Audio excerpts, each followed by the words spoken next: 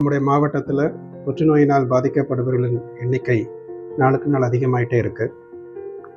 என்னுடைய பெயர் டாக்டர் பிஜு அசரியா, கதிர்வீச்சு மற்றும் மருத்துவ புற்றுநோயல் சிறப்பு நிபுணர். நம்ம நாட்டின் புள்ளி விவரம் என்ன சொல்லுதுன்னா, நம்ம நாட்டில் உள்ள மக்களில் ஒரு 100 பேர் எடுத்தீங்கன்னா அதில் கிட்டத்தட்ட 10 பேர் அவங்களுடைய வாழ்நாளில் புற்றுநோயினால் கண்டறியப்படுவார்கள்னு சொல்லுது. இது கொஞ்சம் பயப்படுற ஒரு விஷயமா இருந்தாலுமே, இதில் நம்ம தெரிஞ்சுக்க வேண்டிய விஷயம் என்னென்னா, இந்த 10ல் கிட்டத்தட்ட 6 பேருக்கு புற்றுநோய் வருவது எதனாலனா அவங்களுடைய ஒரு சீரற்ற வாழ்க்கை முறையினால வருது. சீரற்ற வாழ்க்கை முறை அப்படின்னா என்ன? புகைப்பிடிப்பது, மது பழக்கம் உள்ளது, காய்கறிகள் பழ வகைகள் குறைவாக உணவில் சேர்த்துக் கொள்வது, மெத்தனமான வாழ்க்கை முறை, அதிகமான உடல் பருமன், உடற்பயிற்சி இல்லாத வாழ்க்கை, பதப்படுத்தப்பட்ட ஆகாரங்களை அதிகமாக உண்பது, இப்படிப்பட்ட ஒரு ஒழுக்கமற்ற வாழ்க்கை முறையினால் இந்த 10ல் 6 பேருக்கு புற்றுநோய் வருது. இதையெல்லாம் தவிர்த்து ஒரு சீரான ஒரு ஆரோக்கியமான வாழ்க்கை வாழ்ந்தால் கிட்டத்தட்ட இந்த 10ல் 6 பேருக்கு புற்றுநோய் வந்திருக்க முடியாது. இரண்டாவது, பாக்கி உள்ள 4 பேரில் 2 பேர் அவங்களுடைய புற்றுநோயை குறித்த ஒரு சரியான விழிப்புணர்வு இல்லாதனால இந்த புற்றுநோயை ஆரம்ப காலத்தில் அவங்களால கண்டறிய முடியாமல் அதிகமான நோய் பாதிக்கப்பட்டு அதனால் அவர்கள் மரணப்படுகிறார்கள். ஸோ புற்றுநோய் ஆரம்ப காலத்தில் கண்டறிகிறதுக்கான விழிப்புணர்வு எல்லாருக்கும் வேணும். எதெல்லாம் அதோட விழிப்புணர்வில் நமக்கு தெரிஞ்சுக்கணும்?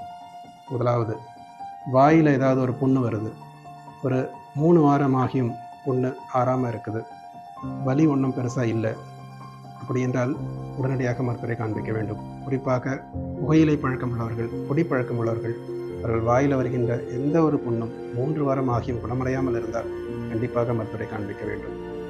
இரண்டாவது, ஆகாரம் இறக்கும் பொழுது உள்ள சிரமம் அல்லது ஒரு தடசம் கொஞ்சம் கொஞ்சமாக அதிகமாயிட்டே போகுது.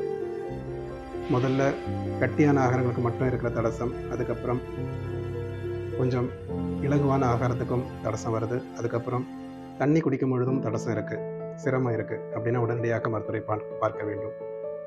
மூன்றாவது, பெண்களுக்கு குறிப்பாக மார்பகத்தில் வருகின்ற எந்த ஒரு கட்டியாக இருந்தாலும், எந்த ஒரு வயதாக இருந்தாலும் அதை உடனடியாக மருத்துவத்தில் போய் காண்பிக்க வேண்டும்.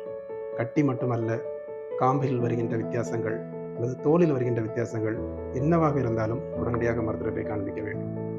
நான்காவது, தீராத இருமல், ஒரு 3 வாரமாகியும் இருமல் சரியாகவில்லை, சளியில் ரத்தம் கலக்கின்றது, இரத்தத்தோடு சளி வருகின்றது, இது மாதிரி என்ன விதமான ஒரு 3 வாரமாக குறையாத ஒரு இருமல் இருந்தால் உடனடியாக மருத்துவரை கண்டு அது என்னவென்று பரிசோதித்துக் கொள்ள வேண்டும். நான்காவது, மலம் போகும் பொழுது அதில் ரத்தம் கலந்து வருவது, அது சிவப்பு நிற ரத்தமாக இருக்கலாம், பச்சை நிறமாக இருக்கலாம், கருப்பு நிறமாக இருக்கலாம், எந்த விதமான இரத்தத்தோடு கலந்த மலம் வந்தாலும் உடனடியாக மருத்துவரை காண்பிக்க வேண்டும். அடுத்தது, மாதவிடாய் தீர்ந்த பெண்களுக்கு எந்த விதமான இரத்தப்போக்கு இருந்தாலும் உடனடியாக மருத்துவரை காண்பிக்க வேண்டும். அது மிக மிக முக்கியம். இறுதியாக, கழுத்து பகுதி, கையிடை, காலிடையில் வருகின்ற கழலைகள், அதாவது வீக்கங்கள், தீராத ஜுரம், ஒரு 3-4 வாரமாகியும் தீராமல் இருக்கின்ற ஜுரம், எதனால் என்று அறியாத ஜுரம், கழலைகளின் சைஸ் அதிகமாயிட்டு போகிறது, இப்படி எந்த ஒரு பிரச்சனை இருந்தாலும் உடனடியாக மருத்துவரை காண்பிக்க வேண்டும். இதெல்லாம் புற்றுநோயாக இருக்க வேண்டும் என்ற அவசியம் இல்லை.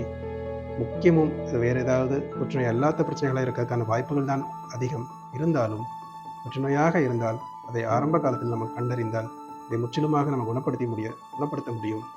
ஆகையால் இது போன்ற அறிகுறிகள் ஏதாவது உங்களுக்கு உண்டெங்கில் அதை உடனடியாக மருத்துவத்தில் காண்பித்து பரிசோதித்துக் கொள்ளுங்கள். விழிப்புணர்வோடு இருங்கள். ஆரோக்கியமான வாழ்க்கையை வாழுங்கள். நன்றி.